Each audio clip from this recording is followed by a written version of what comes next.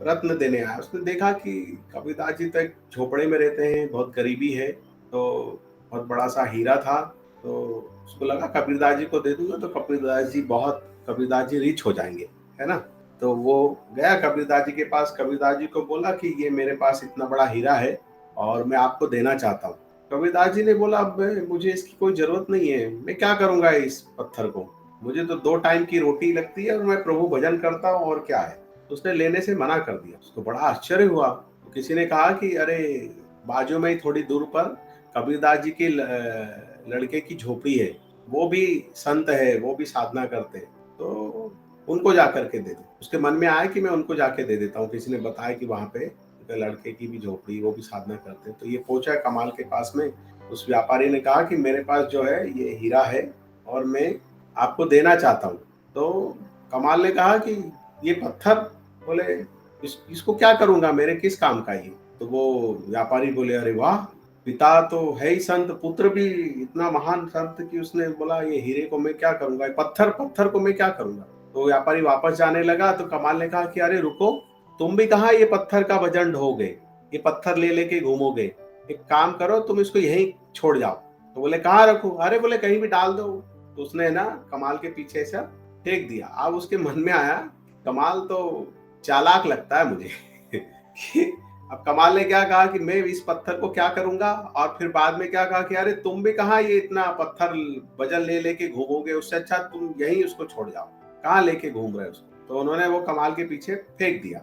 अब बहुत समय गुजर गया। अब व्यापारी के जो सेठ के मन में आया कि मैं जाके देखूं तो सही कि जो पत्थर मैंने वहां रखा था वो वही है या और तो नहीं हुआ। तो जब ये व्यापारी पहुंचा, जाके देखा तो वैसी झोपड़ा, वैसी झोपड़ियां बनी हुई। अब एक कमाल के पास गए, बोले आपने मुझे पहचाना? कमाल बोला, नहीं, अरे मैं वही हूँ जो मैं आपको एक हीरा देने के लिए आया था।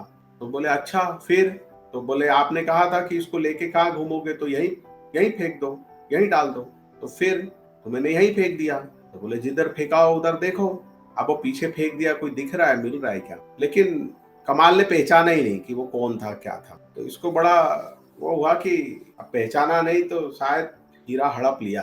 तो वो बाद में सैनिक, 2-3 सैनिकों को लेकर के पहुंचा। तो कमाल ने बोला कि अरे सच में मैंने नहीं पहचाना, आपने कहाँ कहाँ वो पत्थर फेंका, आप ही ढूंढ लो।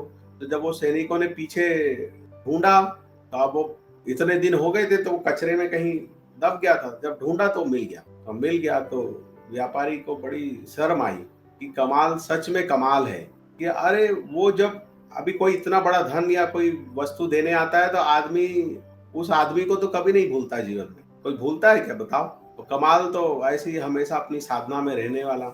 ऐसे ही कबीरदास जी को अब देखो, परेशान करने वाले हर युग में होते हैं। साईं बाबा को भी परेशान करने वाले लोग। तो ऐसे ही कबीर की ख्याति दूर दूर तक थी। तो एक बार किसी ने षड्यंत्र रच करके एक गणिका को, वेश्या को कबीर के पास भेज दिया। और कबीरदास जी सत्संग कर रहे थे तो वो सत्संग में, बीच सत्संग में गई और गणिका ने कहा कि ये कोई साधु आधु नहीं है, इसने मुझे भी धोखा दिया है, इसने मुझे विवाह का वादा किया और मुझसे शादी का, विवाह करने का वचन दिया और मुझसे शादी नहीं की, छोड़ दिया। तो अब जितने लोग सत्संग में बैठे थे वो कबीर की तरफ एकदम क्वेश्चन वाचक, प्रश्नवाचक निगाहों से देखने लगे। तो कबीर ने कहा कि अब मुझे इसका न्याय तो करना ही पड़ेगा, क्योंकि उसने कहा लोगों से कि मेरा न्याय करवाओ। तो कबीर ने कहा कि हाँ भाई, मुझे तो इसका न्याय करना पड़ेगा।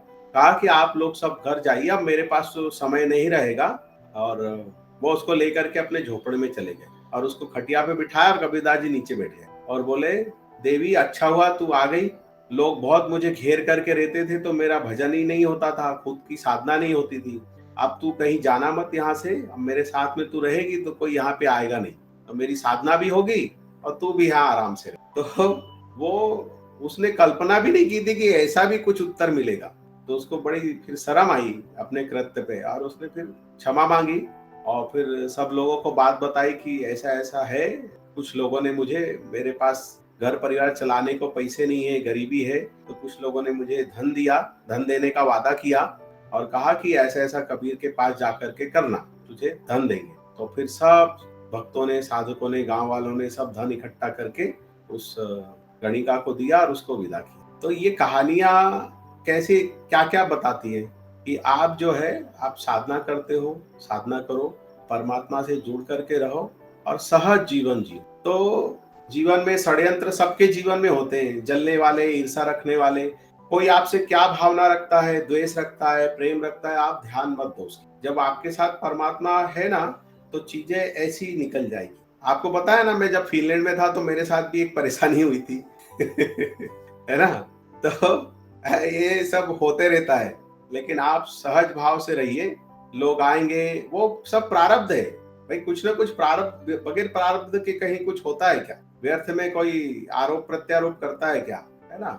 मित्र भी प्रारब्ध से होते हैं और शत्रु भी प्रारब्ध से होते हैं। आपको प्रेम करने वाले भी आपके प्रारब्ध से होते हैं, और आपसे शत्रुता, ईर्ष्या रखने वाले, अकारण बिना कारण ईर्ष्या रखने वाले भी जो है प्रारब्ध से होते हैं। Hari Om. Greetings from the Nispuryo Kriya Yoga team. We hope you enjoyed this video on our Guruji's lecture, as we enjoyed bringing it to you.